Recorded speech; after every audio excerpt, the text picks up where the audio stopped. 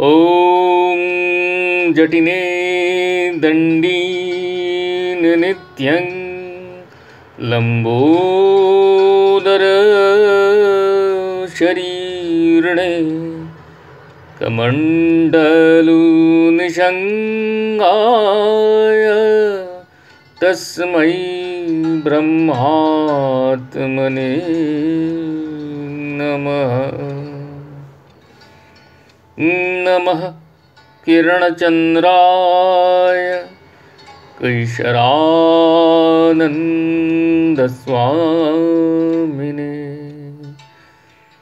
सद्गुरौरवताराय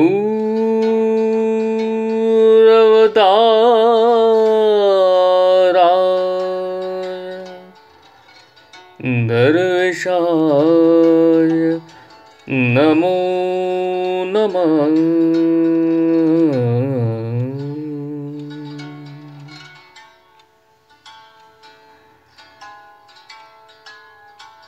দরবেশ দরবার দ্বিতীয় খণ্ড পূর্বপাঠের পরবর্তী অংশ। সাধকের পক্ষে গুরুমূর্তি চিন্তা করার অভ্যাস গড়ে উঠলে এই সমস্ত শুষ্কতার পর্যায়ে বড় সুবিধা হয়। এই জন্যই দরবেশজি তাঁর শিষ্যদের বলতেন যে তারা যেন অন্তত তাঁর মুখের দাঁড়িকগাছাকে মনে রাখেন।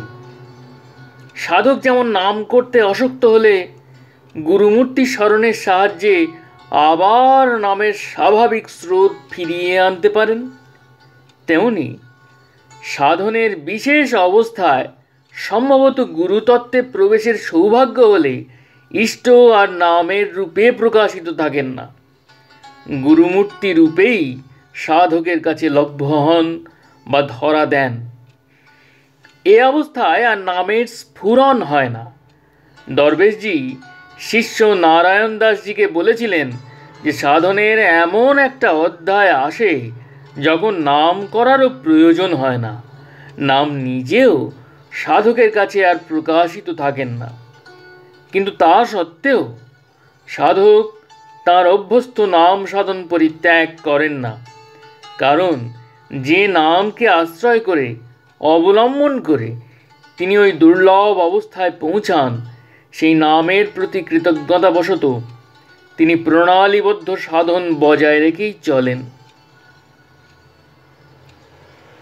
সদ্গুরু সাধনে নাম, নামী, নামদাতা তিনটি পৃথক তত্ত্ব নহেন, একই তত্ত্বের তিন রূপ মাত্র।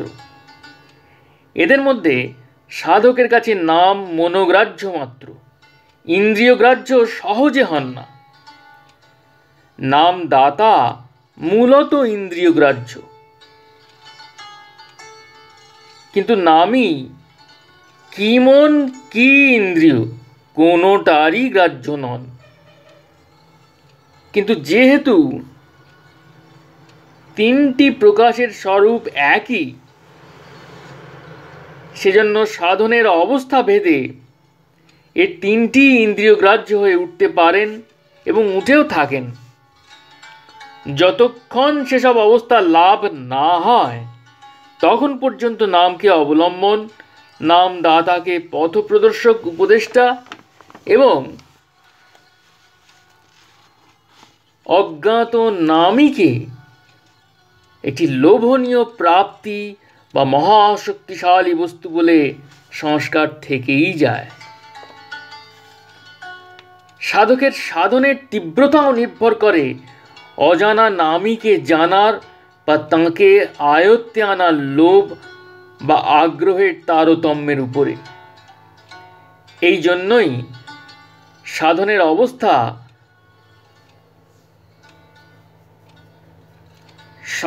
অবস্থা লাভের প্রথম পর্যায়ে সাধক নামী রূপেই ইষ্টকে পেয়ে থাকেন।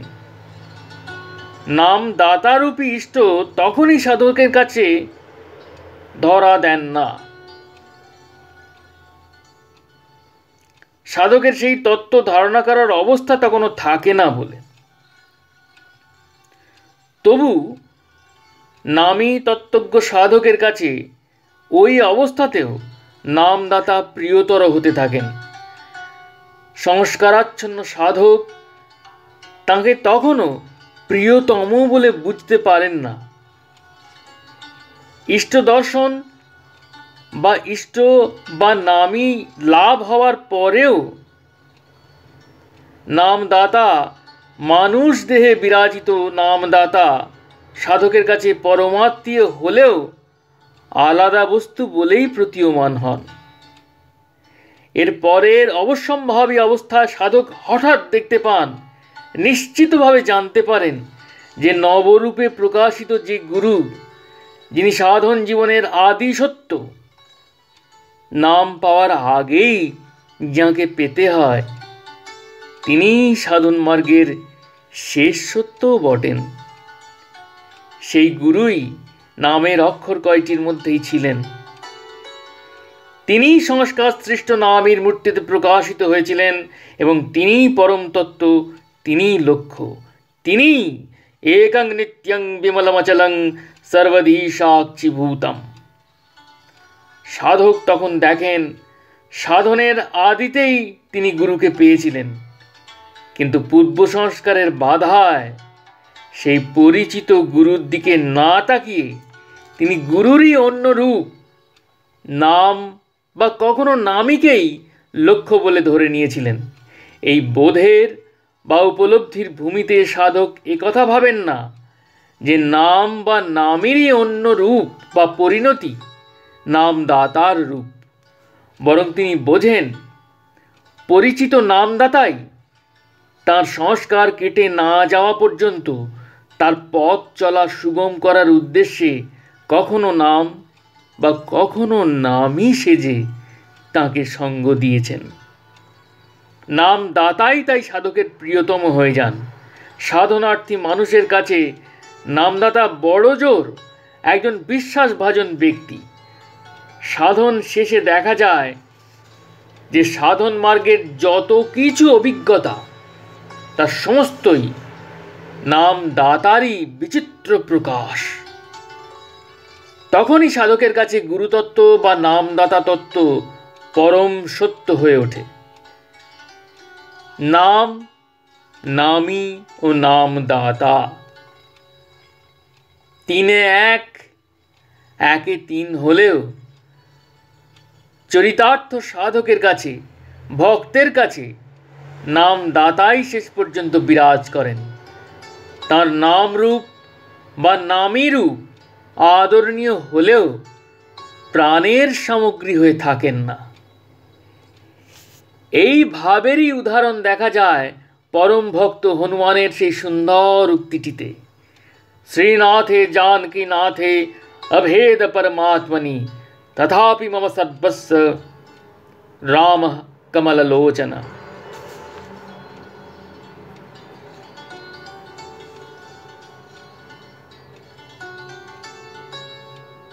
গুরুতত্ত্বজ্ঞ ভক্ত তেমনি জানেন যে তাঁর গুরুদেব মানুষরূপী যে মহাজন তাঁকে কৃপা করেছেন, তিনি বিশ্বব্রহ্মাণ্ডের ঈশ্বর বটেন, কিন্তু ওই মানুষ রূপে যাকে তিনি জেনেছেন ও পেয়েছেন, তিনি তাঁর সর্বস্ব।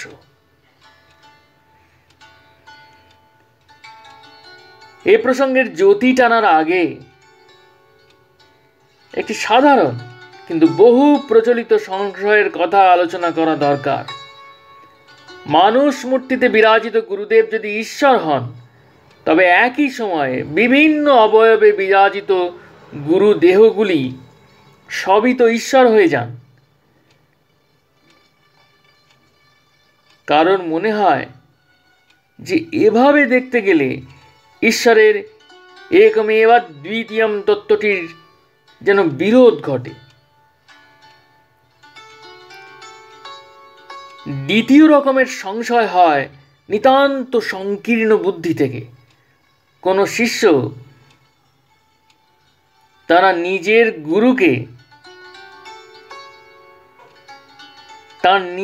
গুরুকে ঈশ্বর বলে প্রচার করলে অন্য গুরুর শিষ্য ওই প্রচারকে তার নিজের গুরুর অমর্যাদাকর বলে মনে করেন, ভাবেন যে তাঁর গুরুকে লঘু করার একটা চেষ্টা হচ্ছে।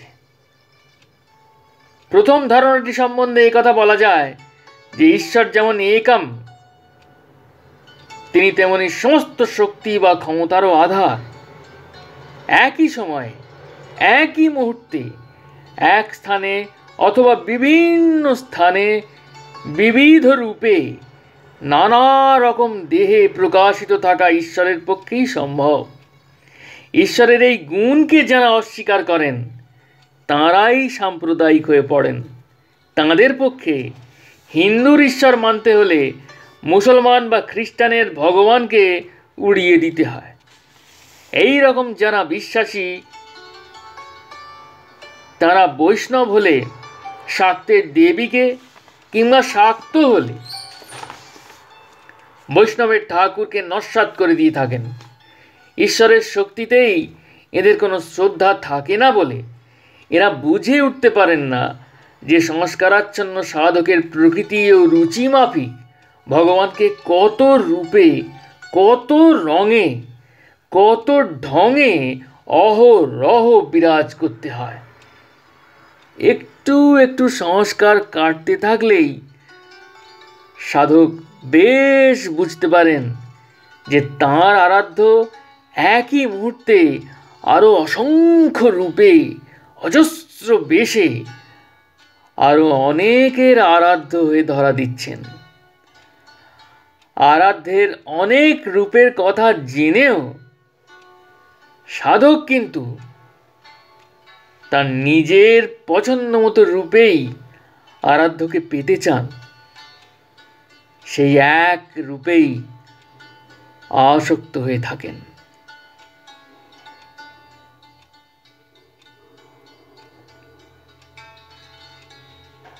জয় গুরু, জয় গুরু, জয় গুরু, প্রণাম।